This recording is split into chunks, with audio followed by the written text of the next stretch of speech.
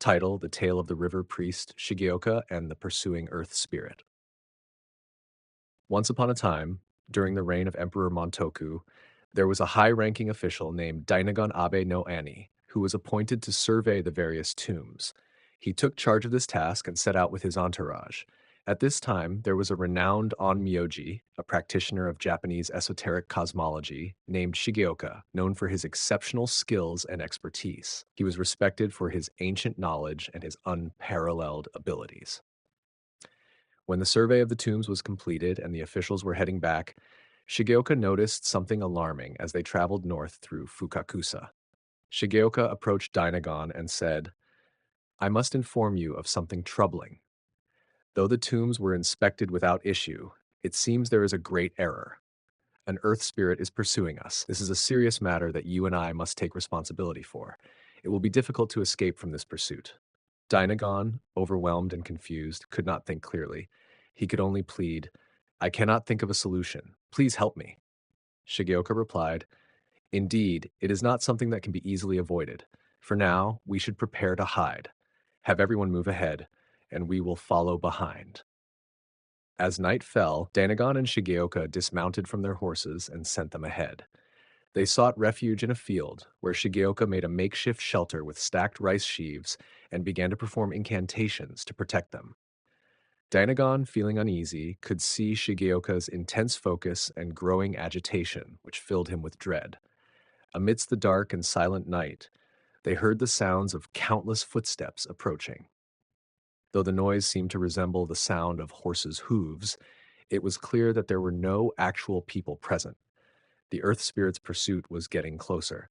The noise suggested that it was necessary to dig a trench of about 1 or 2 feet deep to search for the spirit, though Shigeoka was determined not to be found. Um, Despite this, there was still a chance they might be discovered. As the commotion grew, a leading figure declared, "Even if they are hidden today, it is certain that they will be found eventually. On the night of the 30th of December, under the sky and the earth, there will be nowhere to hide. We must search thoroughly." Thus, they were warned to be prepared for the spirit's relentless search. After hearing this, Dainagon and Shigeoka quickly left their hiding place and made their way to safety. Shigeoka advised, "To avoid detection, we must remain hidden and wait for the right moment." They returned to their respective homes, preparing for the crucial night. When the night of the 30th arrived, Shigeoka instructed Dainagon to meet him at the intersection of Nijo and Nishiomiya before darkness fell. As the evening grew, Dainagon went to the designated spot where Shigeoka had already been waiting. They proceeded together to Saga Temple, where Shigeoka performed rituals and incantations, while Dainagon chanted prayers. As midnight approached, a peculiar and warm breeze blew through, accompanied by a strange, pleasant scent. The ground seemed to tremble slightly, and they felt an ominous presence. When the noise subsided and the birds began to sing, they left the temple and returned home before dawn. As they parted ways, Shigeoka reassured Dainagon, "Do not fear any longer. This matter has been resolved, and there is no longer any danger." Dainagon expressed his gratitude and returned home, deeply impressed by Shigeoka's skills. Thus, the story has been passed down. Once upon a time, there was a person named Shi. As an envoy from the Kokuzen Inn, he traveled to the eastern regions to collect the land tax. After a few days, he stayed overnight at the Seta station in Omi province on his way back. At that time, there was a person in that province named Freishek, who invited the renowned onmyoji and astral doctor Yuge Koreo to his residence to conduct a ceremony for the great star. Yuge Koreo stayed at the residence with Stack. In the course of their conversation, Yuge Koreo asked Che, "From where have you come?" Shek replied, "I have come to collect the land tax for Kokuzen Inn and am now returning."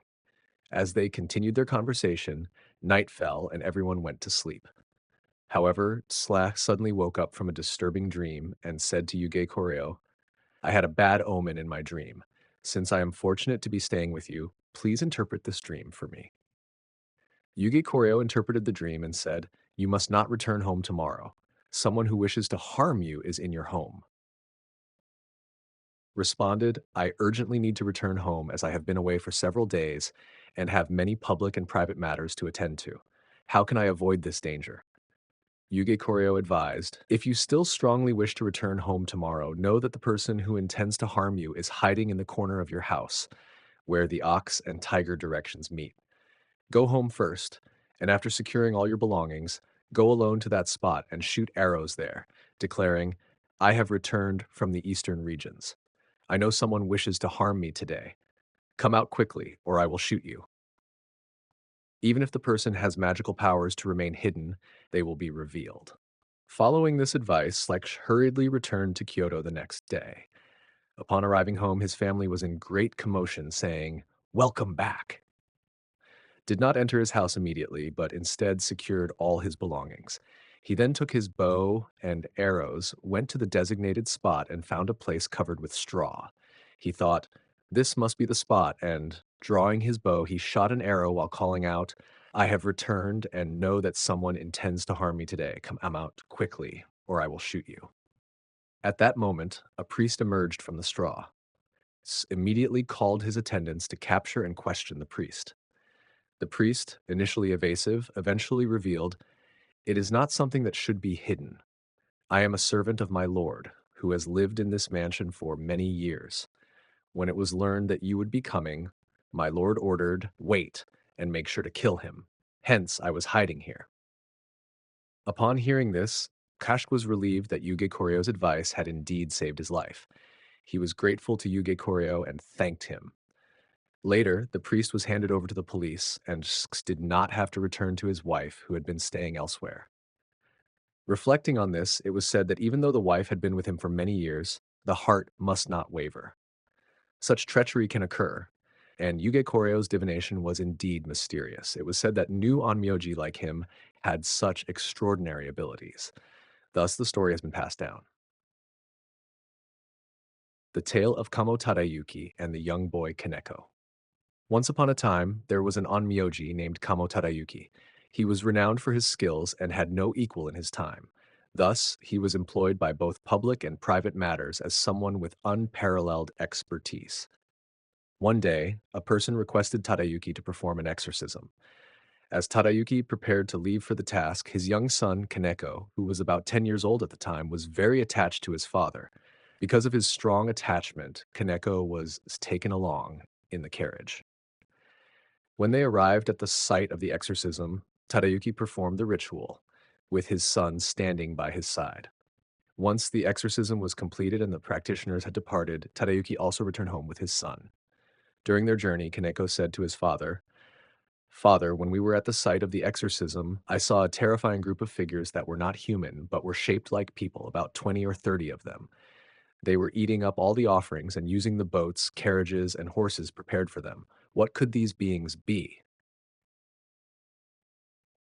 Tadayuki, upon hearing this, thought, I am considered a master of this art and am superior in this field. However, such encounters with demons and spirits are usually not seen by children. It is rare for such things to be visible to young eyes. This must mean that my son is destined to be extraordinary in this field.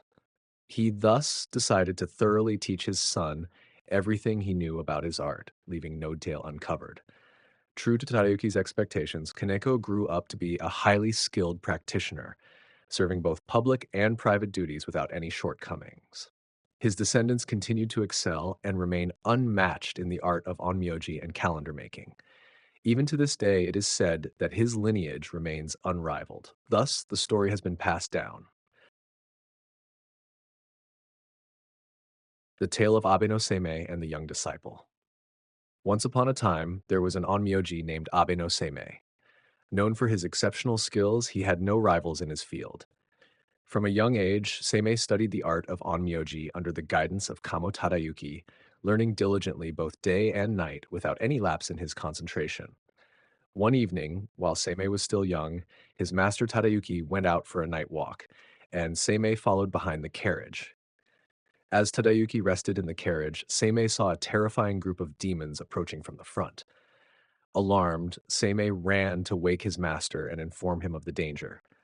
Tadayuki, upon realizing the threat, used his skills to protect himself and Seimei, and managed to neutralize the danger with his abilities. After this incident, Tadayuki, impressed by Seimei's dedication and the clarity of his skills, found it difficult to part with him.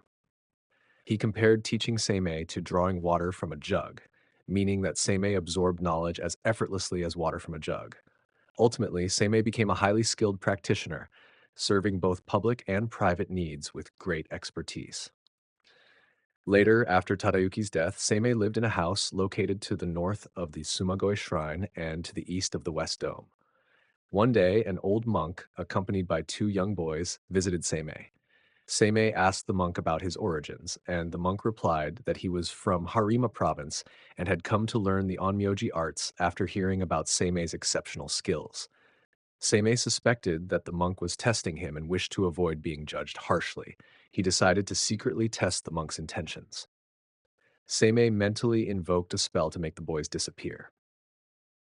After a moment, the boys reappeared, much to the monk's astonishment. The monk, realizing Seimei's skill, expressed his gratitude and wished to become Seimei's disciple. Seimei was also visited by high-ranking monks who inquired about his abilities. During the discussion, the monks asked if Seimei could instantly kill someone if needed. Seimei responded that while he could indeed do so, it was not something he would do lightly, and he would only act if it was absolutely necessary. When some nobles challenged Seimei's abilities by asking him to prove his power, Seimei demonstrated his skills by effortlessly causing a group of toads to die. This act left the witnesses in awe and fear.